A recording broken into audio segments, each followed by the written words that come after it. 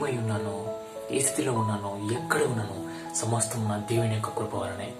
ఈరోజు దేవుని యొక్క వాక్యం నీతో నాతో మాట్లాడుచున్న మాట ఏంటంటే, మొట్టమొదటిగా ఒక స్త్రీని దేవుడు ఏ రీతిగా ఆశీర్వదిస్తాడు. మొట్టమొదటిగా దేవుడు ఒక స్త్రీకి ఇచ్చే బహుమానం ఏంటి? దేవుడు పరలోకం నుంచి ఒక స్త్రీకి ఒక బహుమానం ఇస్తాడంట. అదేంటి చూద్దామా? హల్లెలూయా. ఎస్, కీర్తనలు 127:3. కీర్తనలు 127:3. కుమారులు యెహోవా అనుగ్రహించే స్వాస్థ్యము, గర్భఫలము ఆయన ఇచ్చు బహుమానమే. హల్లెలూయా. దేవుడు మొట్టమొదటిసారిగా ఒక స్త్రీని ఆశీర్వదించడానికి ఒక స్త్రీకి ఇచ్చే బహుమానం ఏంటంటే గర్భఫలం. గర్భఫలం దేవుడు నీకు ఇచ్చినప్పుడు దాన్ని ఏ విధంగా కాపాడుకోవాలి? దేవుడు ఒక గర్భఫలం దయచేసినప్పుడు దాన్ని ఏ విధంగా రక్షించుకోవాలి? దేవుడు నీకు గర్భఫలం ఇచ్చినప్పుడు దానికి కొన్ని మనం అటాచ్ చేయాలంట. గర్భఫలం మనకు కొన్ని మనం అటాచ్మెంట్ చేయాలి. నీ ప్రార్థనను దాన్ని జోడించాలి, విశ్వాసమును జోడించాలి. దేవుని యందు భయభక్తులు కలిగిన కుమారులను నీకు పుట్టాలంటే నీవు మొట్టమొదటిగా దేవుని ఫలమును పొందుకున్నప్పుడే, ఆ పొందుకున్న తర్వాత నుంచి నువ్వు దేవుని యొక్క మార్గములో వారిని నడిపించాలంటే పునాదులే సక్రమంగా వేయాలి.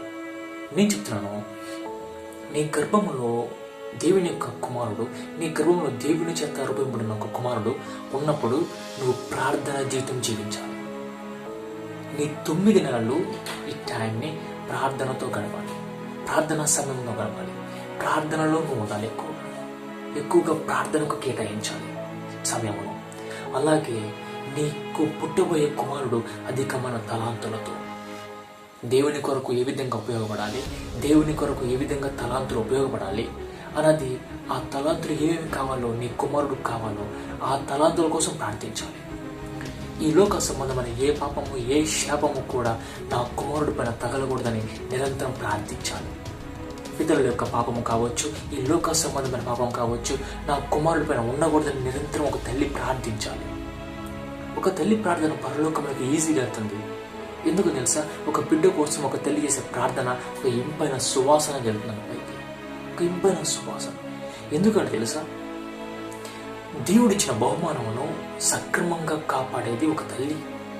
నజరేయుడైన యేసుక్రీస్తు లోకానికి రావడానికి మరియా ఒక పాత్రగా ఉపయోగపడింది. ఎస్, మరియా చుట్టూ దూతాలు, దేవుడైన యెహోవా ఒక కంచి వేశారంట. పరిశుద్ధాత్మనే కంచి. ఈరోజు నువ్వు గర్భం ధరించి ఉన్నావా? ఈరోజు నువ్వు గర్భఫలం పొంది ఉన్నావా? ఇప్పుడు గుర్తుంచుకోండి, పరిశుద్ధాత్మనే కంచె వేసుకోండి.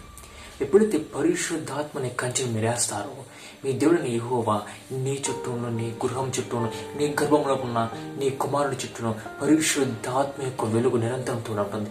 ఈ లోక సంబంధమైనవి కావచ్చు, నీ దగ్గరికి రానే రాదు.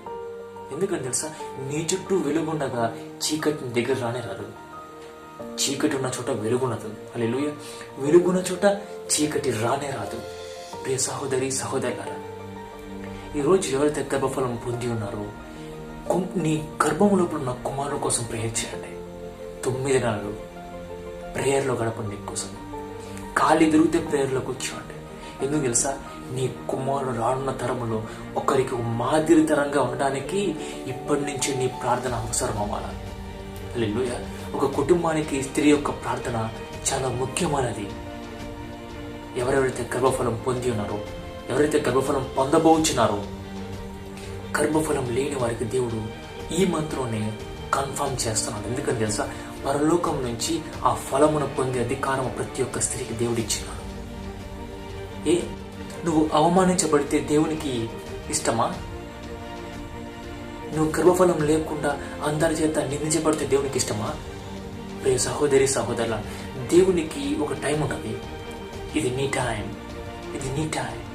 నీ దేవుడని యెహోవా నీ గర్భమును తెరిసే సమయం ఇది. నీకు పుట్టబోయే కుమారుడు అనేక మందికి ఒక మాదిరితరంగా ఉండబోతున్నాడు. ప్రేయర్ చేయండి.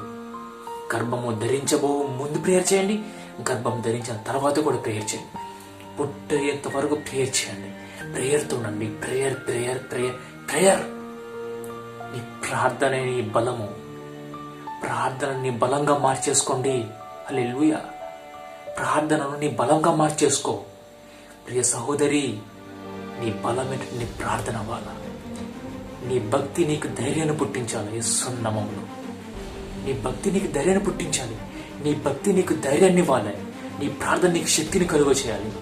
నీ ప్రార్థనే నీకు బలం, లోక సంబంధమని కాదు. యేసు నామములో హల్లెలూయా. నీకు పుట్టబోయే కుమారుడు అధికమైన తలాంతులతో దేవుని కొరకు ఒక వాడబడే ఒక ఆయుధముగాను, అనేక మందికి ఒక మాధ్యతరంగాను దేవుడు నిలబెట్టబోచున్నాడు యేసు నామములో. This is a prophecy. ఇది ఒక ప్రవచనం యేసు నామములో. అలాగే ఎవరైతే కన్సీవ్ అవ్వాలనుకుంటున్నారో ఈ మంతే వారి గర్భము తెరవబడుతుంది. పరలోకం నుంచి ఆ ఆశీర్వాదం దేవుడు మీకు ఇవ్వబోతున్నాడు. దేవుడు నిర్ణయించిన ఆ యొక్క గర్భఫలమును ఈ రోజే ఈ యొక్క మంత్లోనే మీరు పొందబోతున్నారు. దేవుడు అనుగ్రహించిన బిడ్డలను మీరు పెంచబోతున్నారు. మీరు ఇద్దరుగా ఉన్నారేమో, మిమ్మల్ని దేవుడు ముగ్గురుగా చేయబోతున్నారు. మీ యొక్క గృహంలో దేవుని నిర్ణయించిన కుమారుడు తిరగబోతున్నారు. దేవుడు నిర్ణయించిన కుమారుడు మీ గృహంలో నిలిచి ఉండబోతున్నాడు. ఇది నీ టైం. ప్రియ సహోదరి, నువ్వు పొందుకునే సమయం ఇది. ప్రార్థనలతో ఉండండి, ప్రార్థనలో గడపండి, నిరంతరం ప్రార్థించండి. ప్రార్థన నీ శక్తిగా మార్చేసుకో, ప్రార్థన నీ బలంగా మార్చేసుకో. యేసు నామములో ఆమేన్, ఆమేన్, ఆమేన్.